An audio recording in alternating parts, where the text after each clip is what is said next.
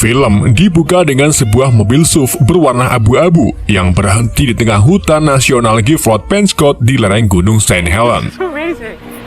Kedua penumpang mobil itu kemudian turun. Yang satu seorang pria bernama Taylor, mantan prajurit, dan satunya lagi seorang wanita bernama Natalie. Taylor dan Natalie ini merupakan sepasang kekasih yang memang sengaja datang ke hutan ini untuk berkemping. Tidak cuma itu, Taylor juga membuat sebuah cincin permata yang akan ia siapkan untuk melamar Natalie. Thank you, soldier. Keduanya lalu mempersiapkan segala perlengkapannya dan pergi ke tengah hutan untuk mencari spot yang mantap untuk berkemah. Selama perjalanan, Natalie dengan gembiranya menyelfie-nyelfie di area hutan dengan kamera yang baru ia beli. Mereka kemudian menemukan tempat agak luas yang sangat cocok untuk mendirikan tenda. Setelah mendirikan tenda, mereka memancing ikan wader di danau terdekat. Namun joran mereka tidak mendapatkan strike karena ternyata mereka lupa memasang umpan. Taylor kemudian membawa Natalie ke sebuah air terjun yang pemandangannya sangat indah sekali. Disinilah Taylor mulai memomong Natalie dan menunjukkan sebuah cincinnya sembari mengatakan, "Maukah kamu menikah denganku?" Natalie pun langsung shock. Ia benar-benar sedih bahagia karena sudah 10 tahun pacaran, Taylor baru kali ini mengajaknya menikah. Oh my god. It's so good. Karena hari mulai petang, keduanya pun kembali ke tenda, di mana Taylor memasang kawat melingkar di area tenda dan memberinya lonceng, sehingga jika ada hewan buas yang hendak mendekati tenda, maka lonceng itu bakalan berbunyi. Malam harinya, Taylor dan Natalie membuat api unggun untuk mendinginkan tubuh. Mereka juga membakar budin untuk mereka makan. Setelah kenyang, keduanya lalu bercanda gurau di dalam tenda. Namun suasana segera menjadi sunyi saat mereka membuat sumur bor. Setelah air sudah keluar, mereka memutuskan untuk tidur. Tetapi tiba-tiba, mereka mendengar suara ketukan batu. Agar Natalie tetap tenang, Taylor pun mengatakan bahwa suara itu berasal dari rusa yang sedang membuat sambal. Beberapa saat kemudian, suara lonceng tiba-tiba terdengar, yang artinya ada suatu sedang mencoba melewati kawat pembatas. Taylor lagi-lagi menyebutkan bahwa suara itu mungkin berasal dari beruang yang sedang jualan es. Setelah suara lonceng berhenti, tiba-tiba suara aneh terdengar kembali. Kali ini suara itu seperti orang yang sedang menggeram. Taylor pun segera mengambil pistolnya. Ia meminta Natalie tetap berada di dalam tenda agar aman, sedangkan dirinya akan keluar untuk memeriksa. Taylor berjalan secara perlahan ke arah pembatas dan menemukan kawat pembatasnya telah rusak. Taylor juga menemukan beberapa batu yang ditumbuk secara rapi. Di saat itu juga, sosok hitam besar menyeret tenda dan membawa Natalie ke dalam kegelapan. Taylor pun segera kembali ke tenda, tetapi tendanya tak ada. Kedua kaki Taylor mengalami kesemutan, dan ia hanya bisa menangis histeria melihat kekasihnya telah hilang. Scene kemudian berpindah ke 12 tahun kemudian, di mana Taylor baru saja dibebaskan dari rumah sakit jiwa karena ia mengalami trauma yang sangat mendalam setelah Natalie diculik. Taylor lalu diinterogasi oleh ahli psikolog bernama Ibu Maria. Dia menanyakan lebih dalam tentang kejadian yang menimpa Natalie. Taylor pun menjawab bahwa mungkin Natalie diserang oleh beruang. Tetapi Taylor masih ragu karena pihak kepolisian sampai sekarang tidak pernah menemukan mayat Natalie. Not a doubt in my mind.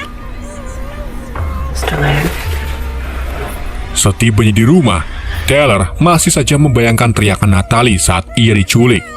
Ibu Taylor bernama Mom lalu menasihati Taylor untuk mencari tahu siapa sosok apa yang menculik Natalie.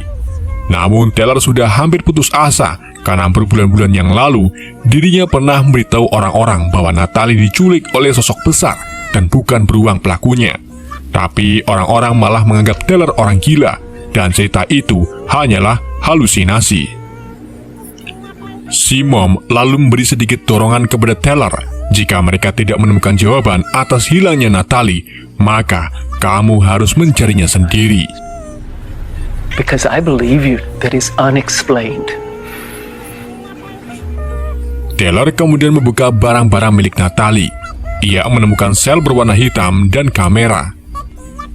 Ketika Taylor sedang melihat-lihat foto Natalie sebelum kejadian, ia menemukan salah satu foto yang menunjukkan sosok hitam besar berbulu berdiri di antara pepohonan. Taylor pun sangat yakin bahwa sosok itu adalah sosok yang mencelakai Natalie. Taylor lalu memutuskan untuk mencari sosok tersebut. Ia membuka peta hutan dan menandai area hutan Gifford yang diduga wilayah dari sosok hitam itu. Pagi harinya, Taylor mempersiapkan segala perlengkapan dan senjata. Ia lalu pergi ke hutan Gifford dan berhenti di lokasi dulu ia pernah memarkirkan mobil abu-abunya. Saat Taylor mulai masuki hutan, ia menemukan tanda dilarang masuk, di mana ternyata hutan ini termasuk milik perusahaan bernama Ceylon Incorp. Ketika Taylor berjalan di tengah hutan, tiba-tiba bulu keteknya berdiri merinding setelah melihat jejak kaki mirip manusia yang sangat besar. Taylor pun mulai takut karena sosok yang akan ia hadapi tidak sembarangan. Taylor kemudian tiba di sebuah sungai. Ia meletakkan ranselnya di bawah pepohonan, sedang dirinya pergi mendekati sungai untuk mengambil sumber air. Di saat itu juga, tiba-tiba ada sosok hitam melintas di belakang Taylor. Ketika Taylor kembali untuk mengambil ranselnya, ternyata ranselnya sudah hilang. Mengetahui area ini tidak beres, Taylor pun kembali ke mobil SUV-nya dan memutuskan untuk bermalam di dalam mobil. Pagi harinya, Taylor terbangun. Ia melihat kabut tebal menutupi pandangannya. Tepat di saat itu juga, sebuah sepatu dan batang pohon dilempar ke kaca mobil Taylor. Taylor juga mendengar suara geraman dan sekilas melihat sosok hitam menyerang mobilnya. Taylor lalu menembakkan beberapa peluru dan bersiap-siap mengarahkan pistolnya ke arah jendela.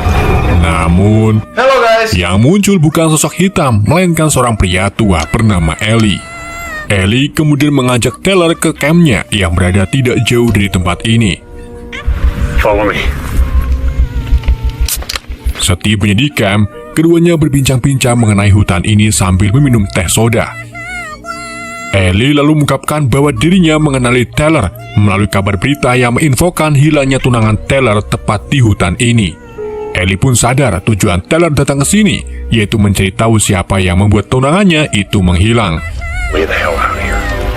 Taylor kemudian bertanya tentang orang-orang perusahaan Ceylon, tetapi Ellie mengatakan bahwa selama dirinya datang ke sini, ia belum pernah melihat orang perusahaan menginjakan kakinya di hutan ini. I want to show you something.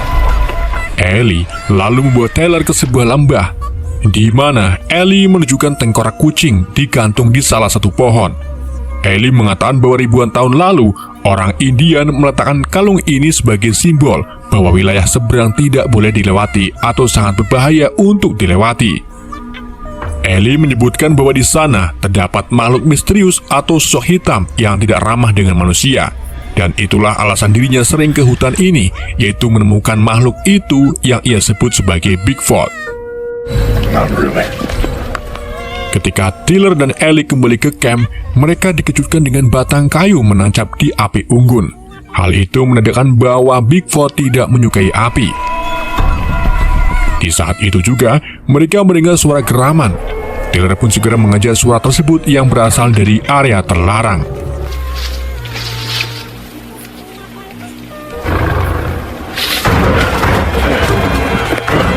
Tetapi sayangnya Taylor tidak sengaja tersandung dan jatuh di rawa kecil yang penuh dengan serat pohon dan beberapa mayat korban yang sudah membusuk. Let me give you a hand, Chief. Saat Ellie membantu Taylor berdiri, tiba-tiba batu besar terlempar ke arah kaki Ellie dan membuat kaki Ellie mengalami patah tulang. Taylor pun segera menyeret Ellie dari rawa dan membawanya ke tempat yang aman. Namun tanpa disadari, Taylor telah meninggalkan tas ranselnya. Setibanya di tempat yang aman, Taylor memeriksa luka di kaki Ellie dan mengetahui bahwa lukanya sangat parah. Dikarenakan bahan medis masih berada di tas ransel, Taylor pun meninggalkan pistolnya kepada Ellie dan pergi kembali ke rawa untuk mengambil ranselnya.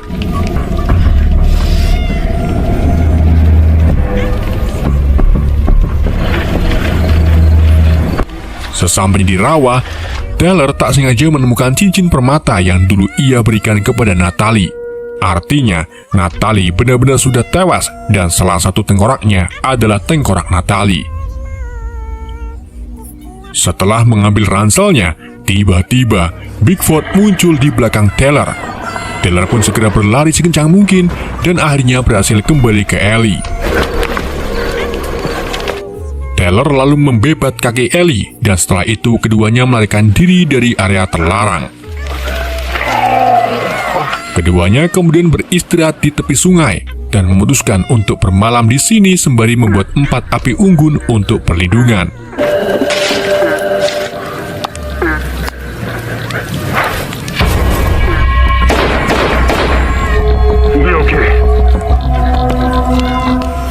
Keesokan harinya, Taylor mencuci kain perban milik Ellie di sungai. Setelah itu, ia mencoba memancing ikan dengan kayu sebagai umpannya.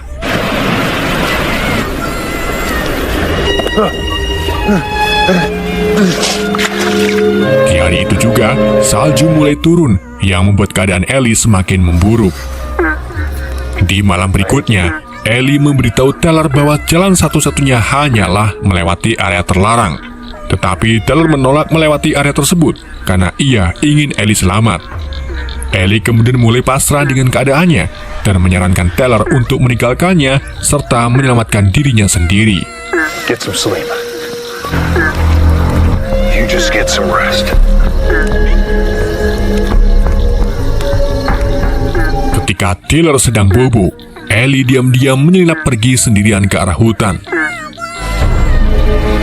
Pagi harinya saat Taylor terbangun, ia mendapati bahwa Ellie sudah tidak ada. Ia lalu mengikuti jejak jalan yang dibuat oleh Ellie di salju. Sampai akhirnya, Taylor menemukan senapan yang rusak dan sosok berbulu lebat sedang memakan mayat Ellie.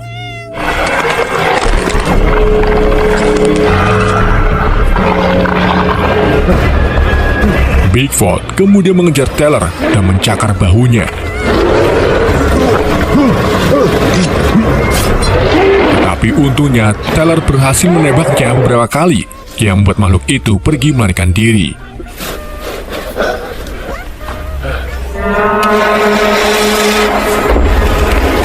Taylor kemudian menjahit lukanya sendiri dan mempersiapkan senjata dari kayu untuk perlawanan.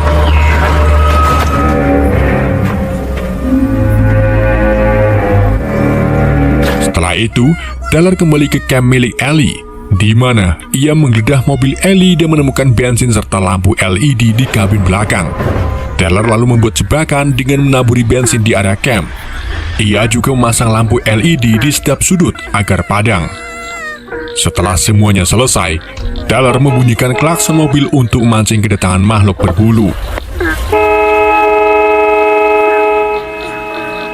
Dan beberapa jam kemudian, Bigfoot akhirnya menempatkan diri di belakang Taylor.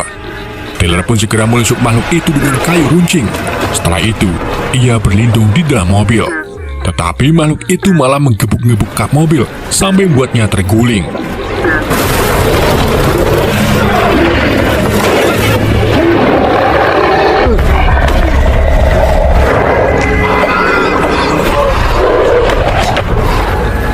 Taylor kemudian menggunakan kapak untuk bertarung melawan Bigfoot. Tapi Bigfoot lebih kuat dan dengan mudah melempar Taylor ke segala arah. Ketika Bigfoot berdiri di dekat mobil, Taylor segera menembakkan tabung LPG yang membuat bensin di sekitarnya terbakar dan meledakkan mobil tersebut. Ledakan itu membuat tubuh Bigfoot terbakar hebat. Ia pun berteriak kesakitan dan pergi meninggalkan Taylor. Keesokan harinya, Taylor ditemukan oleh seorang sopir di samping jalan. Taylor kemudian terbangun di rumah sakit dan disambut oleh seorang perawat. Di ruangan itu juga terdapat seorang pria berkursi roda yang memperkenalkan dirinya sebagai Jackson Wells. Jackson memberitahu Taylor bahwa dia percaya klaim tentang Bigfoot yang Taylor ceritakan, karena Jackson sendiri pernah melihat monster tersebut. And I said that's... Walaupun Taylor mengatakan bahwa Bigfoot itu dipastikan sudah mati, tetapi Jackson sepenuhnya tidak yakin karena Bigfoot itu sangat kuat. Jackson kemudian memberitahu Taylor bahwa dirinya dan si perawat bagian dari sebuah tim, dan kini ia ingin merekrut Taylor untuk masuk ke dalam timnya. Tanpa memberitahu tentang tujuan timnya, film pun berakhir.